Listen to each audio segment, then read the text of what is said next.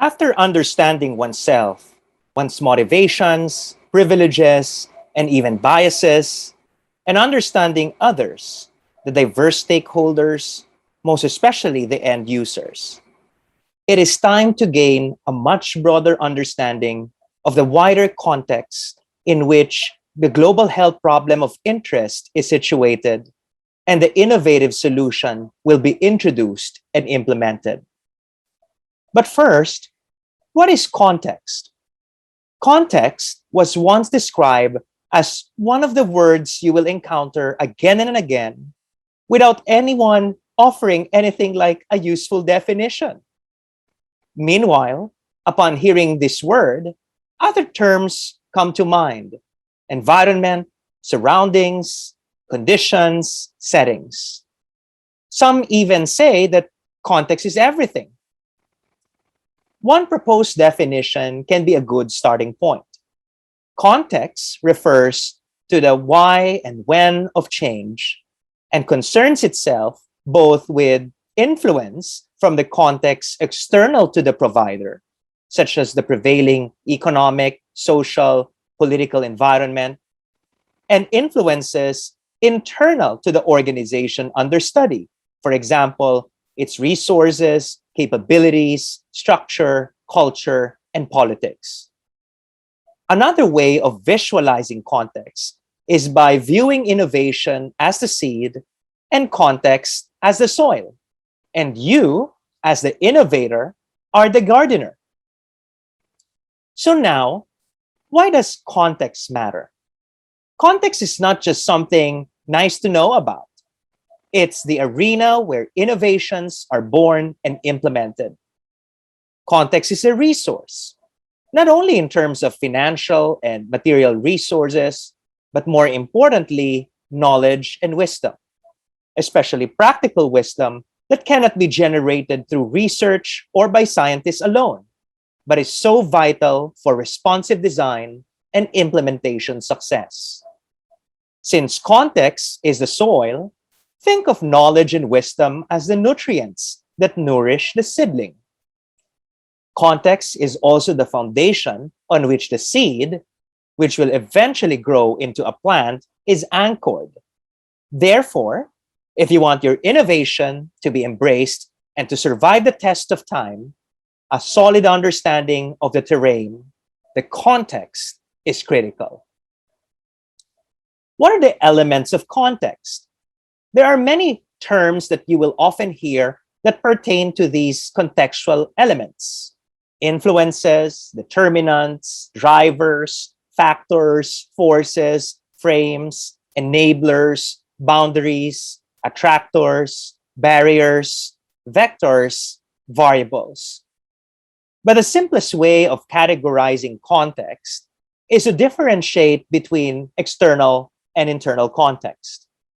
External context includes the political climate, economic situation, cultural traditions, laws and policies, available technology, geography, etc. Meanwhile, we often think of context as only referring to the factors around our project or our team, but the factors inside are equally important as well. The context inside an organization can also have a powerful effect on the germination of seedling interventions. Some of these internal contextual factors include the team's leadership structure, knowledge and skills possessed by team members, norms governing the team's activities and procedures, and financial resources, among others. So, what are the tools for analyzing context? One of the most widely used tools is a SWOT analysis. SWOT stands for strength, weakness, opportunity, and threat. A SWOT analysis guides you to identify your organization's strengths and weaknesses, the internal context that I discussed earlier, as well as broader opportunities and threats which emanate from the external context. Strengths and opportunities are considered helpful contextual factors, while weaknesses and threats are harmful. This method was originally developed for business and industry, but it is equally useful for communities and even for personal growth. Developing a fuller awareness of the situation helps with both strategic planning and decision making. Another tool that is used to examine the context of an organization or a project is PESTEL analysis.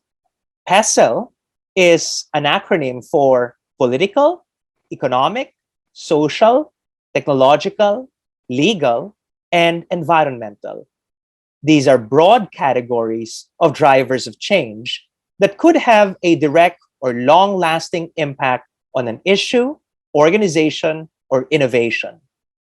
This tool is used by organizations as part of environmental scanning, strategic planning, or risk management processes, and provides an oversight to the team about what is current in their environment and what should be considered in light of these factors.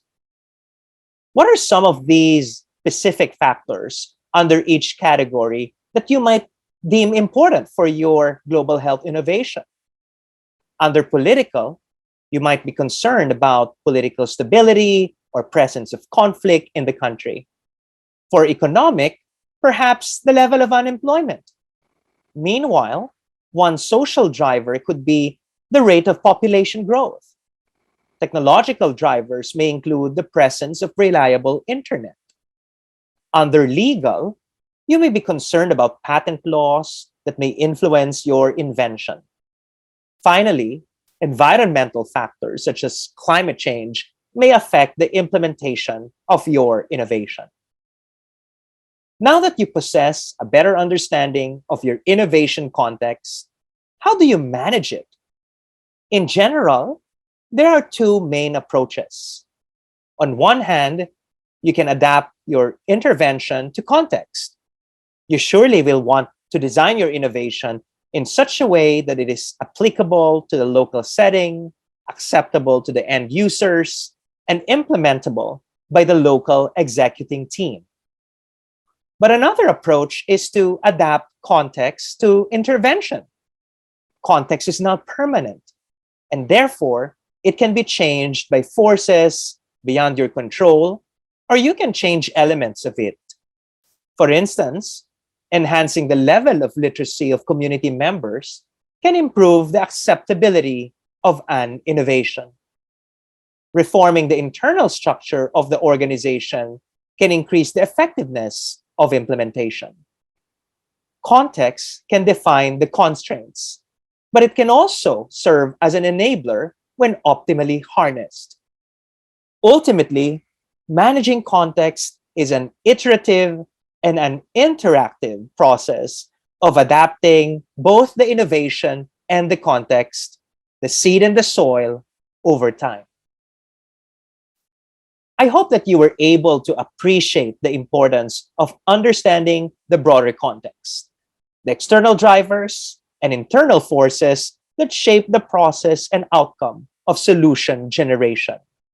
With you as a gardener, the soil is now ready for the seed of innovation.